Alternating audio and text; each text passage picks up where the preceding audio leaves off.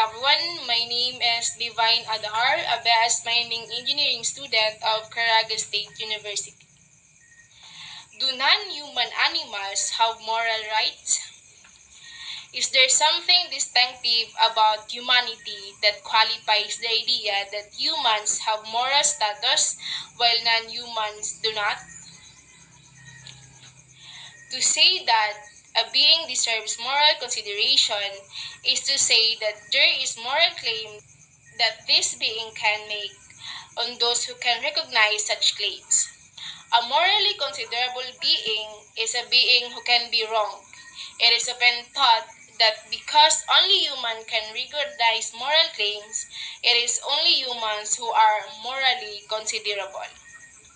However, when we ask why we think humans are the only types of beings that can be morally wrong, we begin to see that class of being able to recognize moral claims and the class of being who can suffer moral wrongs are not co-extensive.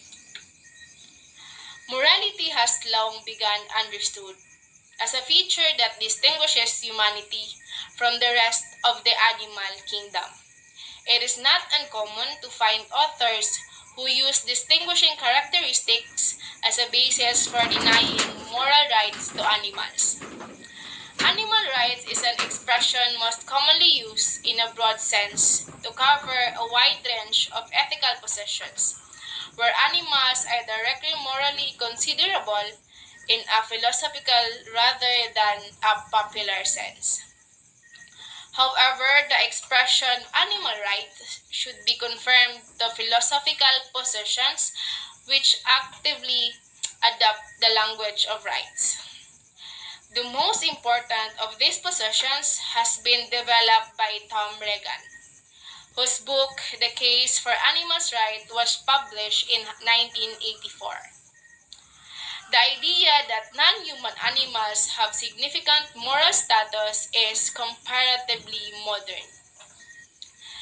Many people, however, remain unconvinced, despite of the growing acceptance of the remarkable behavioral complexity of animals, and despite the admission that there may be significant differences between human and non-human moral behavior.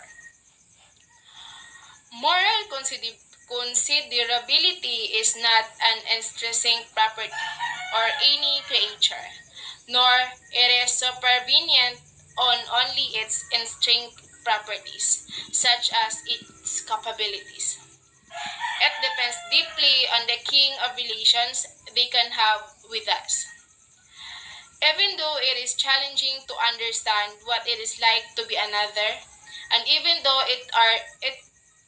even though we are limited by our inevitable anthropocentric perspectives, being in respectful ethical relations involves attempting to understand and respond to another's needs, interests, desires, vulnerabilities, hopes, and perspectives.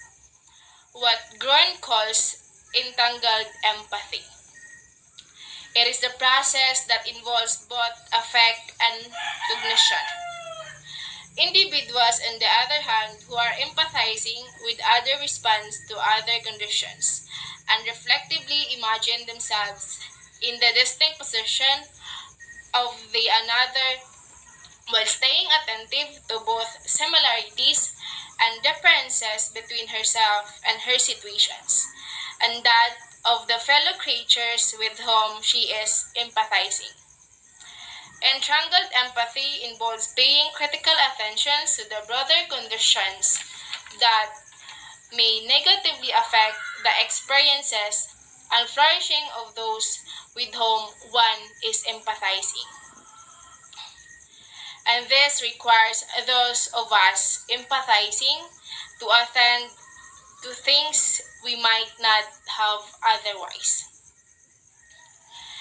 It therefore also enhances our own experiences, develops our moral imaginations, and help us to become more sensitive and perseveres.